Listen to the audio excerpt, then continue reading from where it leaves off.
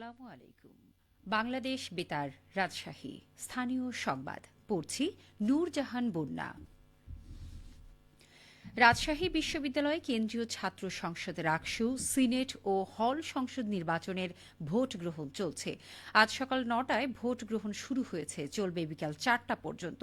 Vote গ্রহণের শুরু থেকেই শিক্ষার্থীদের দীর্ঘ লাইন দেখা যায়। উৎসবের আমেজ নিয়ে শিক্ষার্থীদের ভোট দিতে দেখা গেছে। অনেক শিক্ষার্থী রাকসুতে প্রথম ভোট দিতে পেরে উচ্ছ্বাস প্রকাশ করেছেন। নির্বাচন কমিশনের দেয়া তথ্য মতে রাকসু, সিনেট ও হল সংসদ নির্বাচনের ২৮৩টি পদের বিপরীতে প্রতিদ্বন্দ্বিতা করছেন মোট ৮৬০ জন প্রার্থী। রাকসুর ২৩টি পদের বিপরীতে ৩০৫ জন, সিনেটের ৫টি পদের বিপরীতে ৫৮ জন এবং ১৭টি হলের প্রত্যেকটিতে ১৫টি পদের বিপরীতে ৫৫৫ জন প্রতিদ্বন্দ্বিতা করছেন। ২৮,৯০১ জন ভোটারের মধ্যে ৩৯.১% ছাত্রী এবং ৬০.৯% ছাত্র। নির্বাচন ঘিরে বিশ্ববিদ্যালয় ও আশেপাশের এলাকায় আইন শৃঙ্খলা পরিস্থিতি নিয়ন্ত্রণে রাখতে ২,০০০-এরও বেশি পুলিশ মোতায়েন করা হয়েছে। সেই সাথে মাঠে রয়েছে ৬ প্লাটুন বিজিবি এবং ১২ প্লাটুন র্যাব সদস্য। ভোট গ্রহণ উপলক্ষে কঠোর নিরাপত্তা ব্যবস্থা গ্রহণ করা হয়েছে।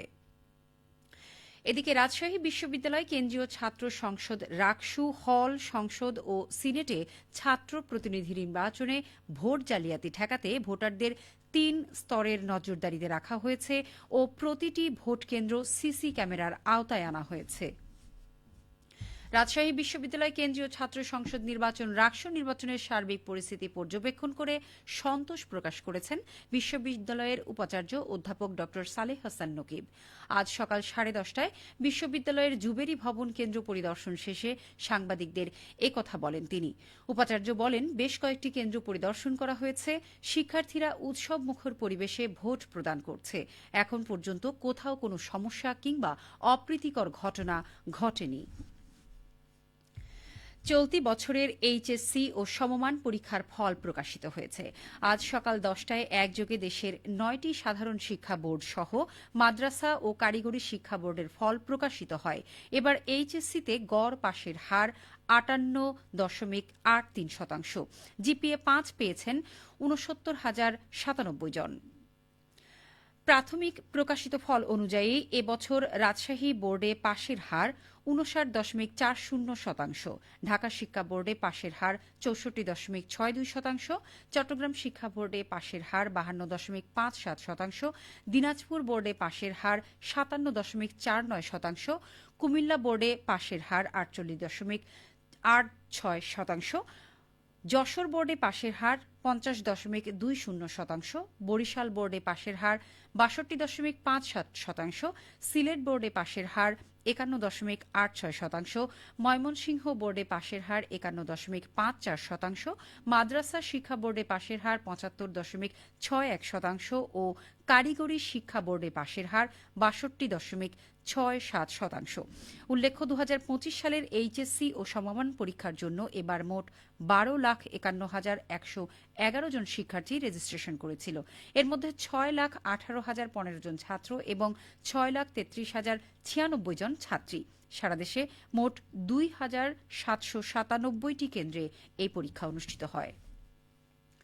এদিকে চলতি বছরের উচ্চ মাধ্যমিক সার্টিফিকেট পরীক্ষায় রাজশাহী শিক্ষা বোর্ডে ৫৯.৪০% শিক্ষার্থী পাশ করেছে। এর মধ্যে জিপিএ 5 পেয়েছে ১০,১৩৭ জন।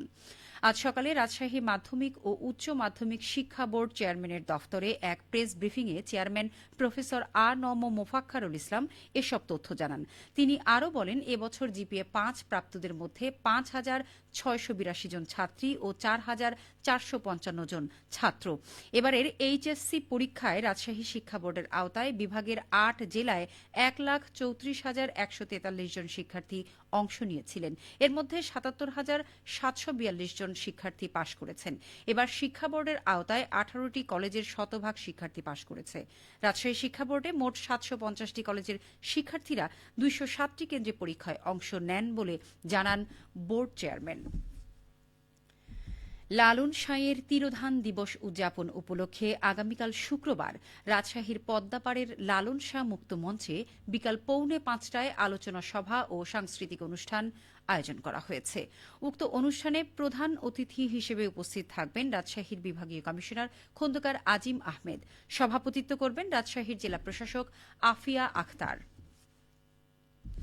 সবশেষে আবহাওয়া। আজ দুপুর 2টায় রাজশাহীতে তাপমাত্রা ছিল 32.8 ডিগ্রি সেলসিয়াস। এ সময় বাতাসে আপেক্ষিক আর্দ্রতার পরিমাণ ছিল 55%। রাজশাহী ও পার্শ্ববর্তী এলাকায় আজ সূর্যাস্ত সন্ধে 5:38। সংবাদ শেষ হল। আমাদের পরবর্তী সংবাদ বিকেল 4:05।